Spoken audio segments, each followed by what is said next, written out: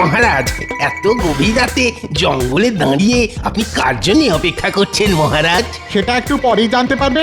তোমার এত উতল হবার প্রয়োজন নেই, ঘুম পেলে ঘরে গিয়ে ঘুমিয়ে পড়ো। তা কেন মহারাজ?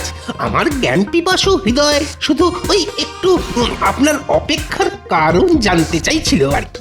আসলে অনেকক্ষণ ধরে ঠায় দাঁড়িয়ে অপেক্ষা করছি তো, তাই আর কি। ওই তো চলে এসেছে।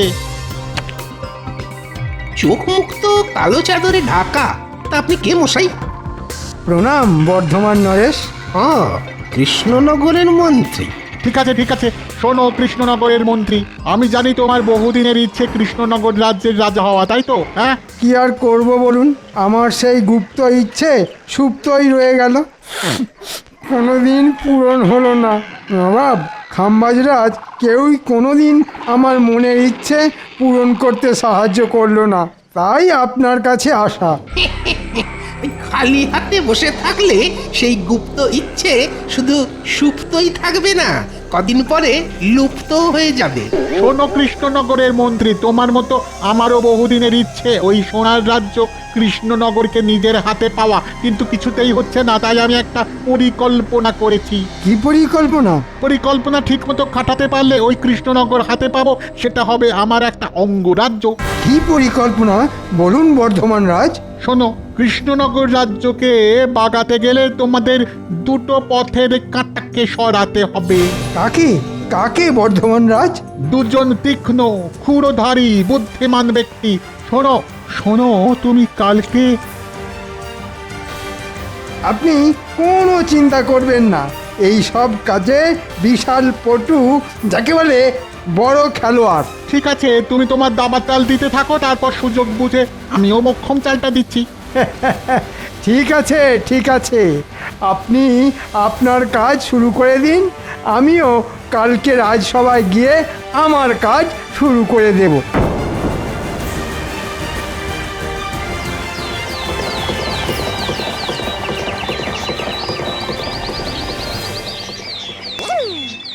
ধুর ধুর, ভালো লাগে না। গিন্নি সকাল সকাল একটা এত বড় থলে হাতে ধরিয়ে বলে দিল বাজার নিয়ে এসো। টাকাগুলো যেন খোলাম কুচির মতো উড়িয়েই দিল।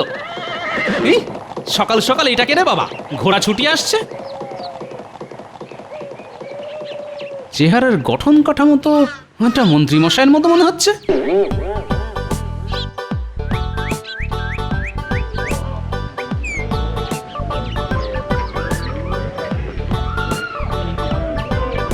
কি ভাই, তোমার এই পটল তো সকালে সকালেই পটল তুলেছে।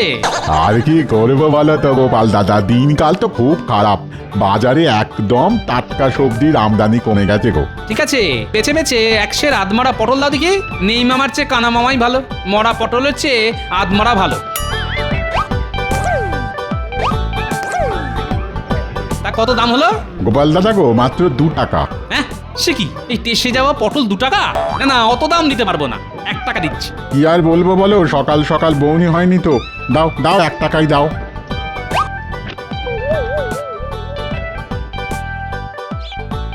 দেখেছো মানুষটাকে কোন কাক ভরে বাজার আনতে পাঠিয়েছি, কিন্তু এখনো ফেরার নাম গন্ধ নেই। কখন রান্না যে হবে আর কখন রাজসভায় যাবে, দূর দূর দূর, আমার হয়েছে যত জ্বালা। এলো গিন্নি, সকাল সকাল এত চিৎকার চেঁচামেচির কে আছে শুনি? ওই ওই এতক্ষণে বাবুর সময় হলো বাজার থেকে বাড়ি ফেরার। হ্যাঁ, দেরি হবে না? এমনিতেই এই টাকফাটা আগুন গরম, তার উপর বাজারেও আগুন দাম, দেরি তো হবেই। তা বাজার থেকে কি এনেছো দেখি? এই নাও ধরো। উমাই, কি কি সর্বনাশ! এ কি বাজার করেছো তুমি?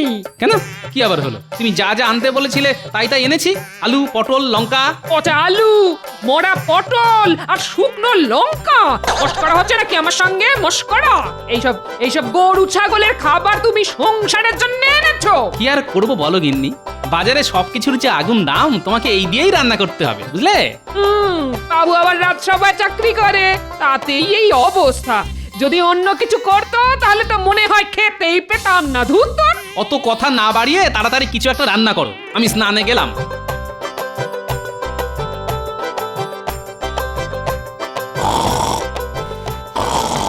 তখন থেকে কার যেন একটা নাক ডাকার আওয়াজ পাচ্ছি। সকাল সকাল রাজসভায় কে ঘুমোচ্ছে শুনি। ওই তো ওই তো মহারাজ, আপনার পাশে দণ্ডায়মান ঘোড়া স্বরূপ মন্ত্রীমশাই দাঁড়িয়ে দাঁড়িয়ে ঘুমোচ্ছে। বাইরে এত চড়া রোদ্দুর, লোকজনের ফাটছে টাক, রাজসভাতে মন্ত্রীমশাই দিচ্ছে ঘুম, ডাকছে না। আমি তো মন্ত্রী মশাইয়ের এই দিনের বেলায় ঘুমের কোনো বৈজ্ঞানিক কারণ খুঁজে পাচ্ছি না। মনে হচ্ছে মন্ত্রীমশাই গ্রহ নক্ষত্র ঝিমিয়ে রয়েছে। কি হলো কি হলো কি হলো? ও ঘোড়া মশাই, থুড়ি মন্ত্রীমশাই, উঠে পড়ুন। কি বললে গোপাল? আমি ঘোড়া? তাহলে তুমি কি? তুমি একটা পেট মোটা হাতি। ঘোড়াই তো দাঁড়িয়ে দাঁড়িয়ে ঘুমায়, তা আপনাকে আর কি বলে ডাকবো বলুন? এর থেকে ভালো উপমা যে আর কিছু পেলাম না। খুব খারাপ হয়ে যাচ্ছে কিন্তু গোপাল, নিজে তো সারাদিন কোনো কাজ করো না, শুধু আমার পিছনে লাগা। এই তোমরা থামবে এবার। মন্ত্রীমশাই এরকম ঘুমোলে রাজ্যবাসী কি করবে? ঠিকই তো। আমি এমনি এমনি ঘুমাইনি মহারাজ, আমি সারা রাত ঘোড়ায় চড়ে রাজ্য পাহারা দিয়েছি। আমিও আপনাকে সকালবেলা ঘোড়ায় চড়ে রাস্তায় ঘুরতে দেখলাম। দেখুন মহারাজ, গোপাল আমাকে নিজেই প্রত্যক্ষ দেখেছে, আর গোপালই আমাকে ঘোড়া বলে অপমান করছে। না গোপাল, এটা কিন্তু তুমি খুবই ভুল করেছো। না জেনে বুঝে কাউকে এভাবে অপমান করা উচিত নয়। মহারাজ, আমার কি মনে হয় জানেন তো, আমাদের রাজসভা থেকে দুজন অকর্মার ঢেঁকি সভাসদকে একেবারে বিদায় করে দেওয়া উচিত। হ্যাঁ, কাদের? গোপাল আর বিজ্ঞানীকে। কেন মন্ত্রীমশাই, আমি আবার আপনার কি পাকা ধানে মই দিলাম? হ্যাঁ, সত্যি তো, আমি আবার কি করলাম? কিছুই করনি। এই মন্ত্রী, তুমি কি বলতে চাও সেটা খোলসা করে বলো তো। দেখুন মহারাজ, আমাদের সভাসদদের সকলেই কোনো না কোনো কাজ করে, কিন্তু গোপাল আর বিজ্ঞানী কোনো কাজই করে না, শুধু আসে বসে আর গল্প করে। কেন? আমি গবেষণা করি। তোমার গবেষণায় তোমার জ্ঞান বাড়ে, তাতে রাজ্যের কি উপকার হয় শুনি? হ্যাঁ, হ্যাঁ ঠিক তো।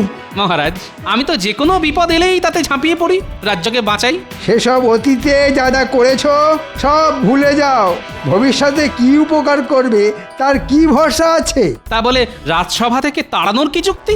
গোপাল, আমিও কিন্তু মন্ত্রীর সাথে একেবারে একমত। তুমি আর বিজ্ঞানী রাজসভায় কোনো কাজই করো না, আর তাই তোমাদের দুজনকে রাজসভায় রাখাই অনুচিত। আর সে কারণেই তোমাদেরকে আজ থেকে রাজসভায় ছুটি দিয়ে দিলাম। না না মহারাজ, এরকম করবেন না। বাড়িতে গিন্নি আছে, আমরা না খেতে পেয়ে মরে যাবো যে, আমাদের সংসারটা তো ভেসে যাবে। ওসব বলে আমার মন গলাতে পারবে না গোপাল। যেদিন তুমি আর বিজ্ঞানী তোমাদের দুজনের রাজসভায় থাকার গুরুত্ব প্রমাণ করতে পারবে, সেদিনই আবার রাজসভায় ফিরে আসবে, নইলে কিন্তু নয়। এ কি মহা ফাঁপড়ে পড়লাম রে বাবা। বিজ্ঞানী গোপাল অসহায়, আজ সামনে মহা ফাঁপড়, রাজসভার চাকরি হারিয়ে বেলবে তারা পাঁপড়।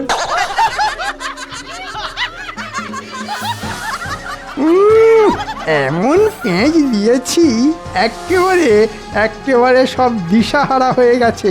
বিজ্ঞানী গোপাল বিদায়। এখন শুধু মহারাজকে সরিয়ে আমাকে সিংহাসনে বসতে হবে।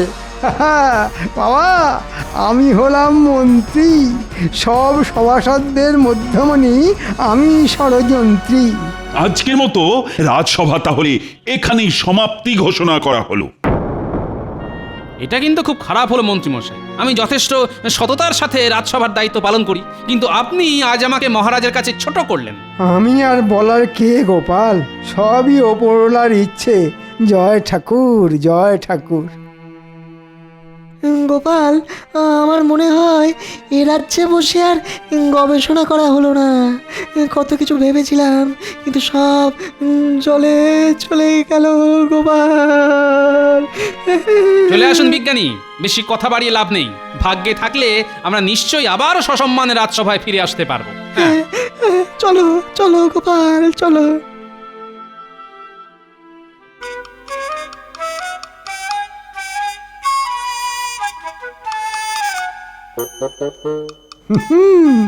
তোমাদের রাজসভা থেকে তাড়িয়েছি, এবার তোমাদের রাজ্য থেকে বিদায় করব। হাহা।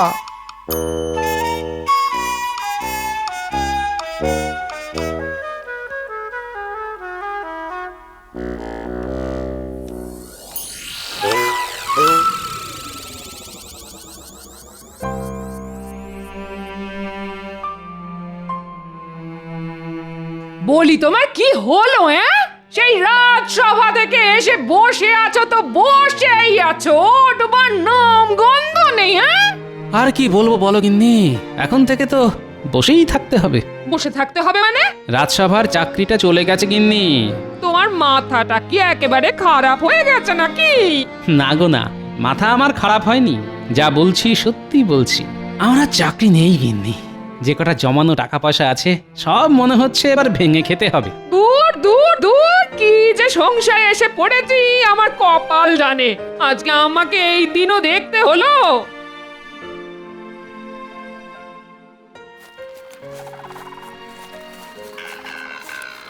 কি ব্যাপার মন্ত্রী মশাই, হঠাৎ করে আমাদের সাথে দেখা করতে এসেছেন? তা পথ ভুলে নাকি? আরে না রে না, একটা কাজের কথা বলতেই এসেছি। কাজটা করতে পারলে ভালো বকশিসও পাবি। হ্যাঁ। দেখুন মন্ত্রীমশাই, আগে থেকেই বলে রাখছি, হ্যাঁ, আপনার কাজ যতবার করতে গেছি কিছু না কিছু বিপদে পড়েইছি। এবার সেরকম হলে করতে পারবো না, আমি আগে থেকেই বলে দিচ্ছি আপনাকে। আরে না রে না, এমন কিছুই করতে হবে না যাতে তোরা বিপদে পড়িস। হ্যাঁ, তাহলে ঠিক আছে, বলুন কি করতে হবে? গোপাল আর বিজ্ঞানী এই দুজনকে তোদের চোখে চোখে রাখতে হবে। ওরা কি করছে সেটা জানাতে হবে আমাকে।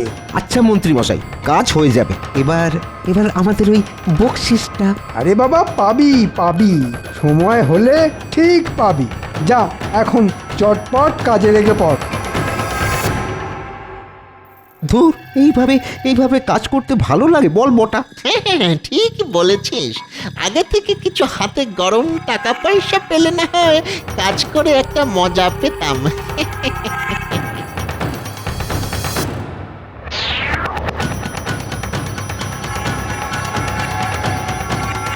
ওরে বটা, গোপাল তো ওই বিজ্ঞানীর বাড়িতেই ঢুকছে রে, আমাদের খাটুনিটা কমে গেল। হ্যাঁ, তা যা বলেছিস। তা ঘটা, তুই চট করে মন্ত্রীমশাইকে ডেকে নিয়ে আয়, আমি ততক্ষণ ঝোপের আড়ালে বসে সব কিছু নজর রাখছি। ঠিক আছে, এই যাব আর এই আসবো। হ্যাঁ। কি গো বিজ্ঞানী, কি করছো? কি আবার করব বলো গোপাল, আমার যা কাজ, এই একটু একটা পটকা নিয়ে গবেষণা করছি। হ্যাঁ, সে কি গো বিজ্ঞানী? আরে বাবা, অনেকদিন আগে থেকেই এটা বানিয়ে রেখেছি, যদি আমাদের রাজ্যের কোনো বিপদে আপদে কাজে লাগে সেই জন্য। তুমি দেশের জন্য এত ভাবছো, আর এমন ভাগ্যের পরিহাস দেখো, মহারাজ তোমাকেও রাজসভা থেকে বহিষ্কার করলো। ঠিক বলেছো গোপাল, আমি কালকে সকালবেলা গিয়ে মহারাজকে আমার এই যুগান্তকারী পটকা আবিষ্কারের কথা জানাবো, তাহলে মহারাজ নিশ্চয়ই আবার আমাকে রাজসভায় ফিরিয়ে নেবেন। হ্যাঁ, তা নিশ্চয়ই নেবেন, কিন্তু আমার তো কোনো হিল্লে হলো না। এমনিতেই বাজারের আগুন দাম, নুন আনতে পান্তা ফুরিয়ে যাচ্ছে। এখন চাকরি খুইয়ে আমি কিভাবে সংসার চালাবো বলো তো? শোনো গোপাল, আমাদের রাজ্যের জন্য তোমার অবদান কিছু কম নয়, তাই আমি মহারাজকে বলবো এই পটকা বানানোর জন্য তুমিও সাহায্য করেছো। এটা এমন একটা জিনিস, সেটা ছোট পটকা আর বড় ঝটকা। মহারাজ দেখবেন আর চমকে চমকে উঠবেন। কোনো আগুন লাগবে না, শুধু ছুঁড়ে মারলেই ফাটবে। কই দেখি তোমার পটকা, একটু পরীক্ষা করে দেখি। এই নাও দেখো, তবে ঘরের মধ্যে ছুঁড়ো না কিন্তু। না না, বাইরে ছুঁড়েই পরীক্ষা করব। ওরে বাবারে, ওরে বাবারে, মরে গেলাম রে। ও মা গো, বাবা গো, বাবা গো, ওরে মা গো, বাবা গো, ওরে, কি ভয়ানক! বাঁচাও বাঁচাও। কারা যেন ছুটে পালিয়ে গেল মনে হচ্ছে। এই কে রে?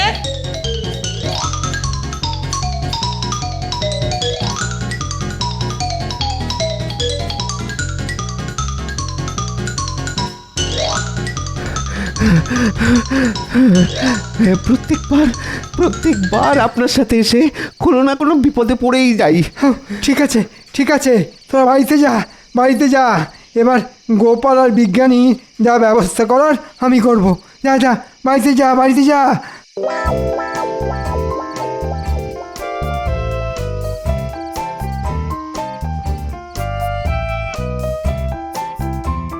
মহারাজ, হে বাবা, হে কি অবস্থা তোমার?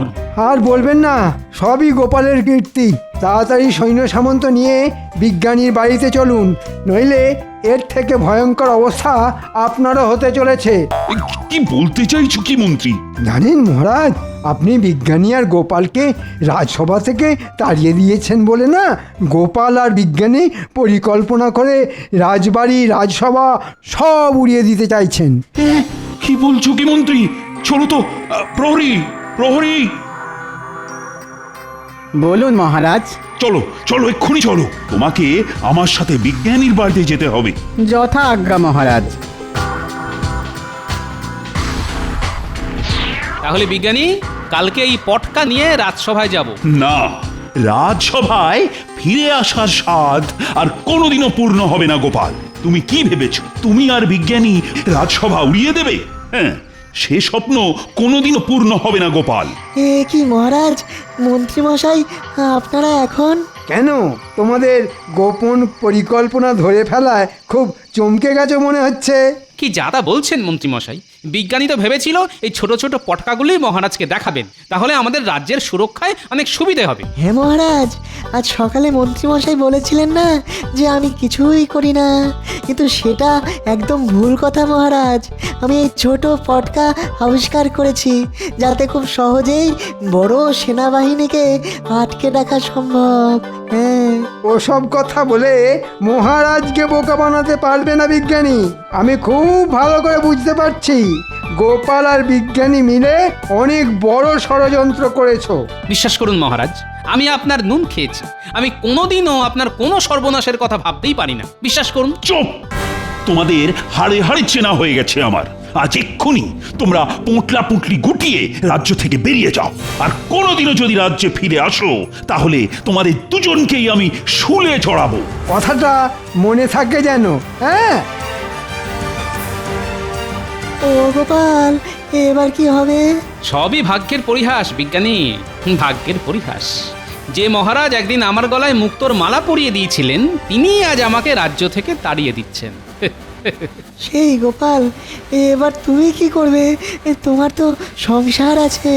দেখি, গিন্নিকে আপাতত শ্বশুর বাড়িতে পাঠিয়ে দেব, তারপর অন্য রাজ্যে কোনো একটা কাজের বন্দোবস্ত হলে গিন্নিকে আবার ডেকে নেব। ঠিক বলেছ। ঠিক আছে, তুমি তোমার গিন্নিকে জানিয়ে চলো, আমিও আমার পোঁটলা পুঁটলি নিয়েই বেরোচ্ছি। হ্যাঁ, আমাদের দুজনকেই যখন রাজ্য ছাড়া হতে হবে, তখন চলো দুজনে একসাথেই যাই।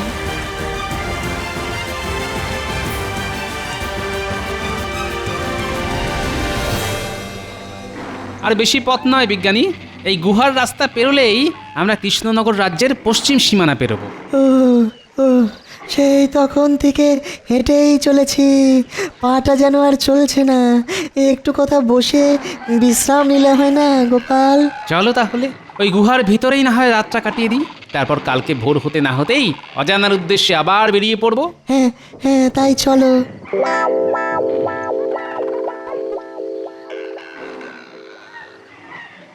মন্ত্রী, আর শুধুমাত্র এই গুহাটা পেরোতে পারলেই আমরা কৃষ্ণনগরের সীমান্তে প্রবেশ করব। তারপর এই কৃষ্ণনগর রাজ্য হবে আমাদের। আস্তে আস্তে মন্ত্রী, আস্তে। কেউ যেন জানতে না পারে আমরা অতর্কিতে কৃষ্ণনগর আক্রমণ করছি। সর্বনাশ বিজ্ঞানী, এসব কি আমরা নিজের চোখে দেখছি? হ্যাঁ গোপাল, কৃষ্ণনগরের সামনে সমূহ বিপদ, আর বিপদ থেকে রক্ষা পাওয়ার অস্ত্র আছে আমার কাছে।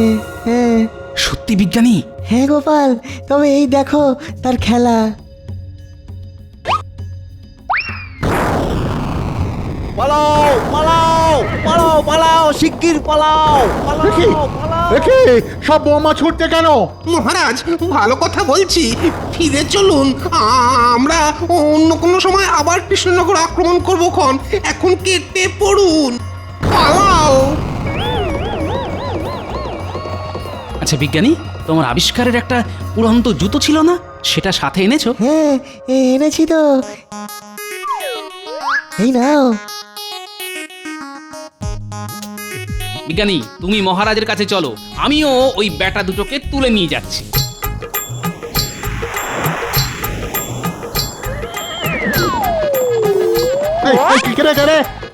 ছাড়ো ছাড়ো ছাড়ো বলছি, ছাড়ো, খুব খারাপ হয়ে যাচ্ছে কিন্তু। ওপর থেকে এখন ছেড়ে দিলে না, এখানেই ফুটুস দুম হয়ে যাবেন আপনারা। তাই যেখানে ছাড়ার ঠিক সেখানেই ছাড়বো। এখন চুপচাপ আমার সাথে চলুন।